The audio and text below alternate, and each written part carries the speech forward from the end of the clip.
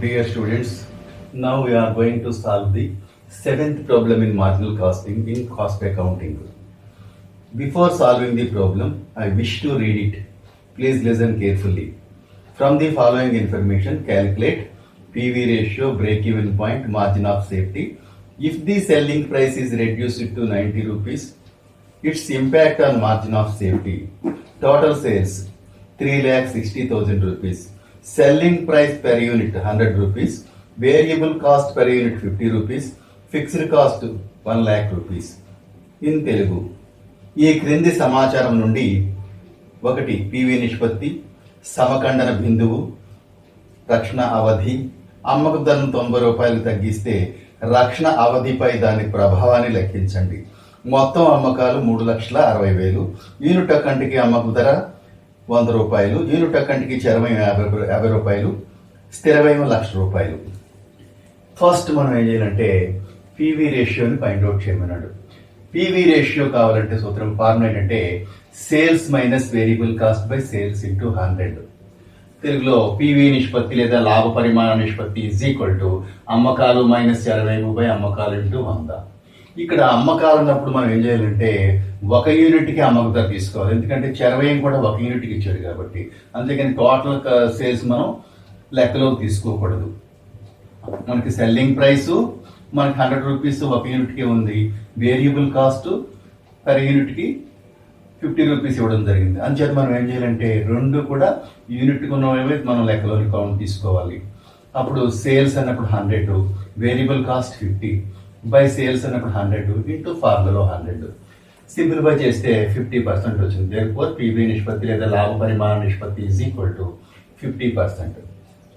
Break even point కావాలంటే fixed cost by PV ratio, సమఖండన బిందువు ఈజ్ ఈక్వల్ టు స్థిర వ్యయము బై పీవీ నిష్పత్తి. స్థిర వ్యయం 1 lakh ఇచ్చాడు, 50% వచ్చింది, 50 బై 100.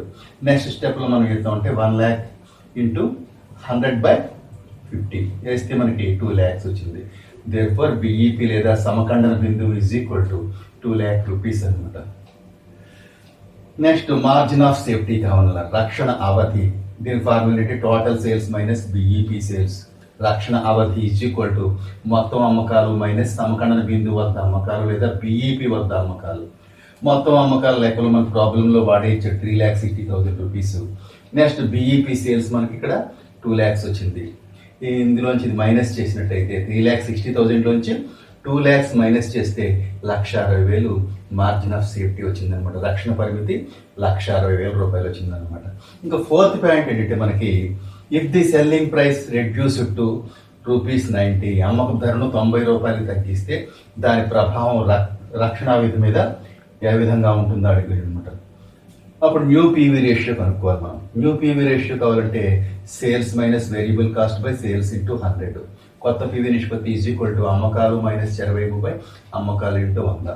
అమ్మకాలు అన్నప్పుడు ఏం చేయాలంటే మనం మనం అయితే ఏం చేసాం, మనం 100 తీసుకున్నాం, ఇప్పుడు 90కి తగ్గించేయమన్నాడు. అప్పుడు సేల్స్ ఏం చేయాలంటే 90 రూపీస్ తీసుకోవాలి. వేరియబుల్ కాస్ట్ నో చేంజ్ అంటే 50 రూపీస్ తీసుకోవాలి బై సేల్స్ 90 ఇంటూ 100. దీన్ని సింప్లిఫై చేస్తే 90 మైనస్ 50 ఈజ్ ఈక్వల్ టు 40 అవుతుంది. బై 90 ఇంటూ 100 వేస్తే 400 by 9 that is equal to 44.44% వచ్చిందనమాట. 44.44% వచ్చిందనమాట. అట్లాగే న్యూ బిఈపి కనుక్కుంటాం. Fixed cost by PV ratio. కొత్త బిఈపి ఈజ్ ఈక్వల్ టు కొత్త సమఖండన బిందువు ఈజ్ ఈక్వల్ టు స్థిర వ్యయము బై కొత్త పీవీ నిష్పత్తి తీసుకుంటాం. స్థిర వ్యయం 1 lakh మామూలే, 44.44 బై 100. అప్పుడు మనం చేస్తుంటే 1 lakh ఇంటూ 100 బై 44.44. దీన్ని సింప్లిఫై చేస్తే 2,25,022 రూపీస్ వచ్చిందనమాట. అప్పుడు రెడ్యూస్డ్ మార్జిన్ ఆఫ్ సేఫ్టీ అంటే తగ్గిన రక్షణ పరిమితి ఎంత అంటే new BEP minus old BEP. New BEP అంటే కొత్త సమఖండన బిందువు మైనస్ పాత సమఖండన బిందువు. కొత్త సమఖండన బిందువు ఎంత? 2,25,022 రూపాయలు. 2,25,022 రూపాయలు. నెక్స్ట్ ఓల్డ్ ఎంతంటే మనకి సమఖండన బిందువు 2 lakhs వచ్చింది. ఈ 2 lakhs ఇక్కడ వేసుకుంటాం. 2,25,022 rupees minus 2 lakhs that is equal to 25,022 rupees అనమాట. అంటే impact on margin of safety రక్షణ అవధిపై ప్రభావం ఎంతంటే 25,022 రూపాయలు అనమాట. So problem is completed. Thank you. Dear students, now we are going to solve the eighth problem in marginal costing in cost accounting. Before solving the problem, I would like to read it. Please listen carefully. Particulars related to a concern is given below. Fixed expenses rupees 18,000, BEP units 3,000, sales 5,000 units, selling price rupees 20 per unit. Calculate PV ratio, margin of safety, profit when sales are rupees 1,30,000, number of units to be sold to earn a profit of 5,400. In Telugu ఒక సంస్థకు సంబంధించిన వివరాలు క్రింది విధంగా ఉన్నవి. స్థిర వ్యయాలు 18,000 రూపాయలు, బ్రేక్ ఈవెన్ యూనిట్లు 3,000, అమ్మకాలు 5,000 యూనిట్లు, అమ్మకం ధర యూనిట్ ఒక్కటికి 20 రూపాయలు. పై వివరాల ఆధారంగా 1 పివి నిష్పత్తి, 2 రక్షణ పరిమితి, 3 1,30,000 రూపాయల అమ్మకాలు అయితే లాభము, 4 ప్రస్తుత లాభం 5,400 పెంచాలంటే అదనంగా అమ్మవలసిన యూనిట్లు. ఈ లెక్కలో మనకి న్యూ పాయింట్ ఏంటంటే బిఈపిని యూనిట్లలో ఇవ్వడం జరిగింది. బిఈపి యూనిట్లు ఎంతంటే మనకి 3,000 యూనిట్స్ అంట. ఒక్కొక్క దాని కాస్ట్ మనకి 20 రూపీస్ ఇచ్చాడు. అప్పుడు మనం ఏంటంటే 3,000 ఇంటూ 20 వేస్తే 60,000 వచ్చింది మనకి. సమఖండన బిందువు లేదా బిఈపి రూపాయల్లో ఎంత అంటే మనకి 60,000 వచ్చింది. సేల్స్ ఇన్ యూనిట్స్, అమ్మకాలు రూపాయల్లో ఎలాగంటే 5,000 యూనిట్లు ఇచ్చాడు. యూనిట్ క్వాంటిటీ కాస్ట్ 20 రూపీస్ అంటే మామూలు సేల్స్, నార్మల్ సేల్స్ ఎంత అంటే 1,00,000 రూపీస్. ఇప్పుడు మనం బిఈపి ద్వారా పివి నిష్పత్తిని కనుక్కోవాలి. బిఈపి ద్వారా పివి నిష్పత్తిని కనుక్కుంటాం అనమాట. BEP is equal to fixed cost by PV ratio. BEP మనకి 60,000 రూపీస్ వచ్చింది. ఇంటూ ఫిక్స్డ్ కాస్ట్ 18,000 ఇంటూ మనకి పివి రేషియో తెలియదు కాబట్టి ఎక్స్ అనుకుంటాం.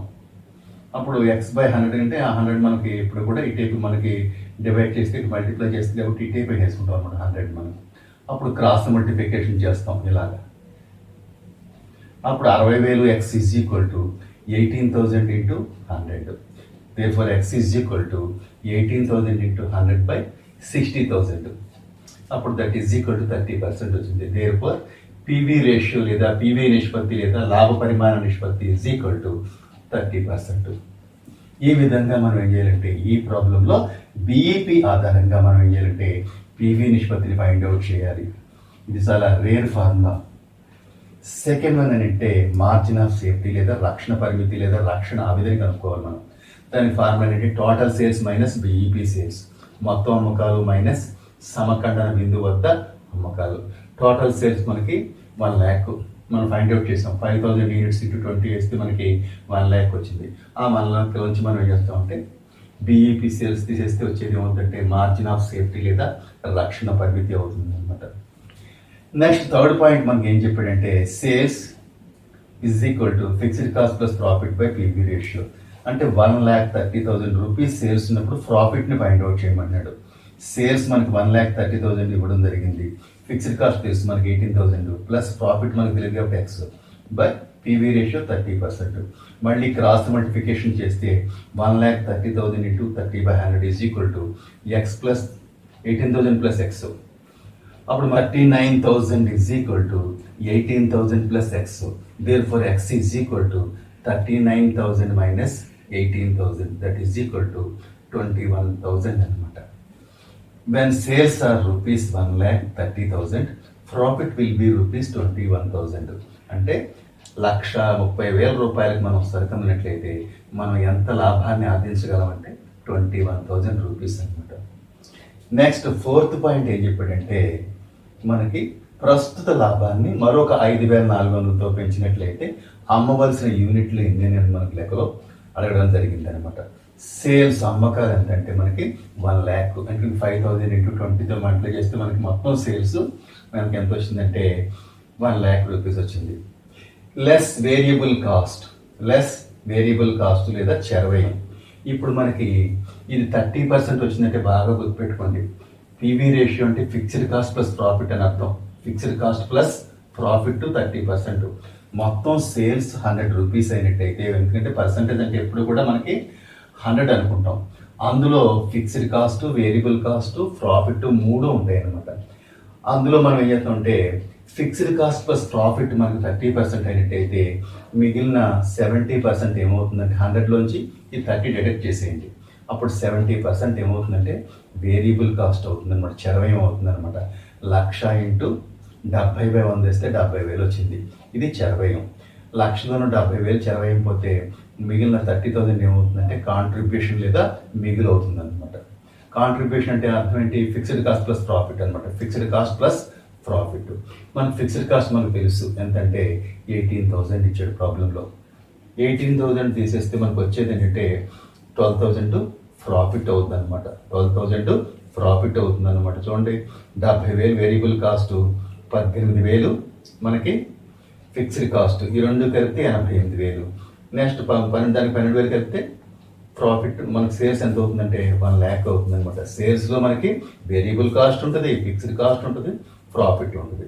అప్పుడు మనకి కరెంట్ ప్రాఫిట్ ఎంతంటే, ప్రస్తుత లాభం ఎంతంటే 12,000.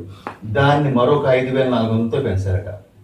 ఎంత ఇంక్రీజ్ చేయాలంటే 5,400తో పెంచాలి. కాబట్టి 12,000కి 5,400 యాడ్ చేసుకోండి, 17,400 వస్తుంది. అప్పుడు sales is equal to fixed cost plus profit by PV ratio. అమ్మకాలు ఈజ్ ఈక్వల్ టు స్థిర వ్యయం ప్లస్ లాభం బై పీవీ నిష్పత్తి. అమ్మకాలు మనకి సేల్స్ మనకు తెలియదు, స్థిర వ్యయం తెలుసు మనకి. స్థిర వ్యయం ఎంత అంటే 18,000. స్థిర వ్యయం 18,000. కరెంట్ ఇయర్ ప్రాఫిట్ 17,400 బై 30/100 వేసుకుంటే సేల్స్ ఈజ్ ఈక్వల్ టు ఈ రెండు యాడ్ చేసుకుంటే 35,400 బై 30/100 అంటే ఈ 100 మనకి ఏమవుతుందంటే మల్టిప్లై చేస్తుంది కాబట్టి బై 30 వేసి మల్టిప్లై చేస్తే సేల్స్ ఎంత వచ్చిందంటే మనకి 1,18,000 వచ్చిందనమాట. 1,18,000 రూపాయలు అంటే 1,18,000 రూపీస్ సేల్స్ వచ్చినాయి.